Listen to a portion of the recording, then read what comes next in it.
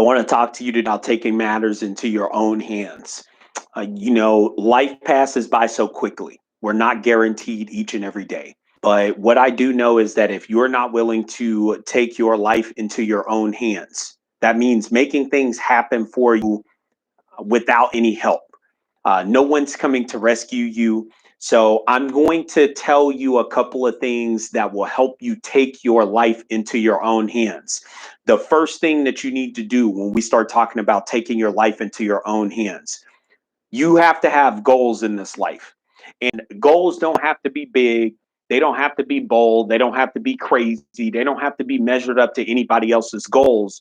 But the number one thing when I started to take my life into my own hands and I started to control my own destiny, I started to rely on myself to be better than I was each and every day.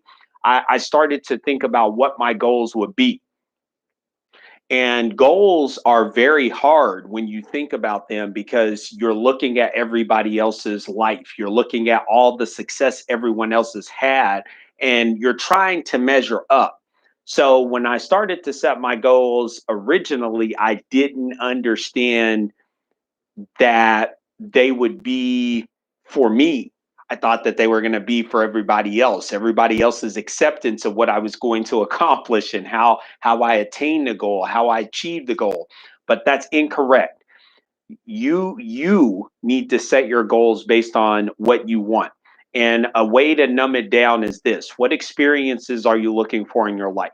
When we're talking about goals, we're talking essentially about experiences. Like do you want to travel the world? Do you want to have a great relationship? Do you want to have a certain job? Do you want to look for something in your life that you don't have right now? Maybe you want to climb Mount Everest. Whatever it is, the goals are experiences that you essentially want in your life. Do you want to drive a Maserati, or do you want to drive a Ford Fusion? Do you want to drive a Lincoln Navigator, or do you want to drive a Land Rover? It's the experience that you want in your life really become your goals.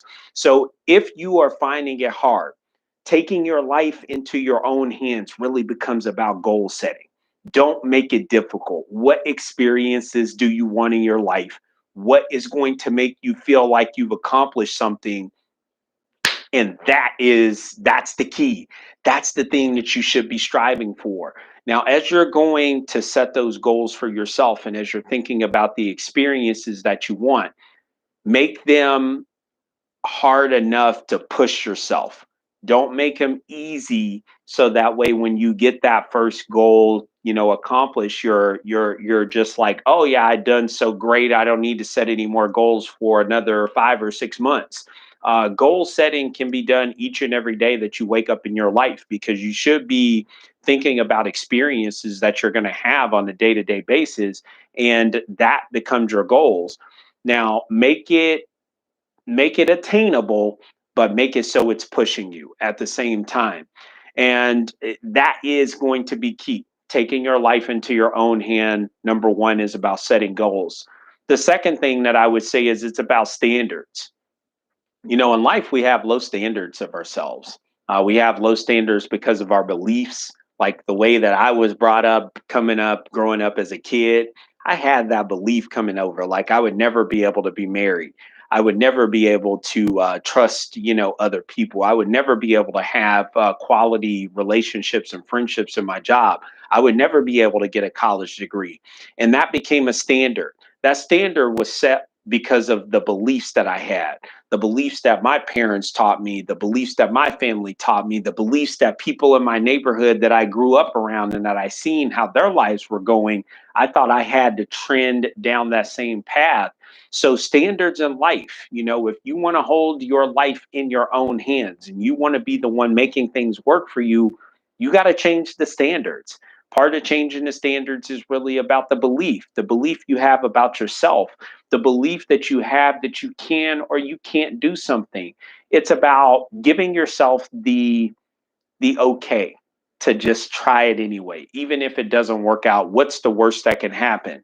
So set your standards. Don't ever be willing to lower your standards.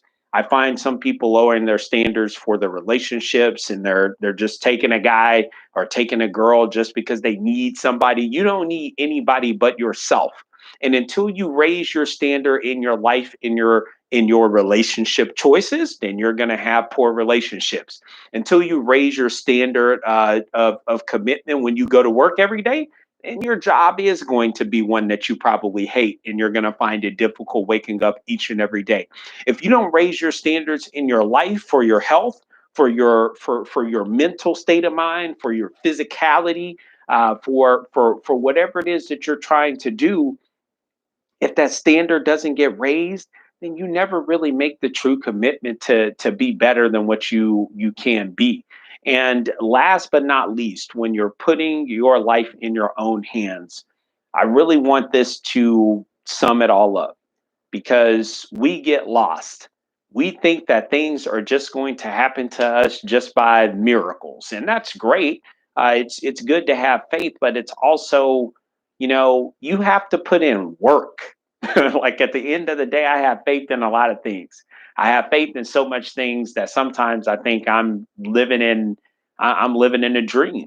But I built that faith because I've been able to put in the work. I've been able to do more than what's expected of me each and every day.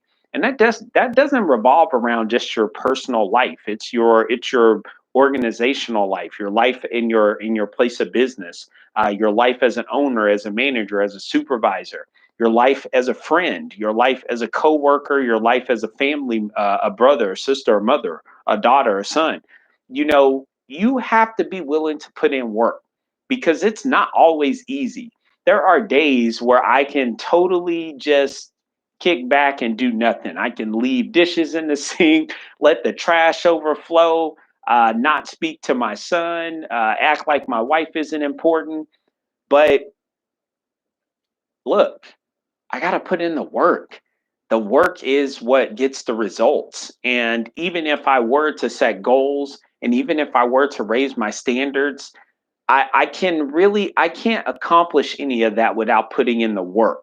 So at the end of the day, what ties everything together, you holding the key to your life, you being in control of where you're going to go.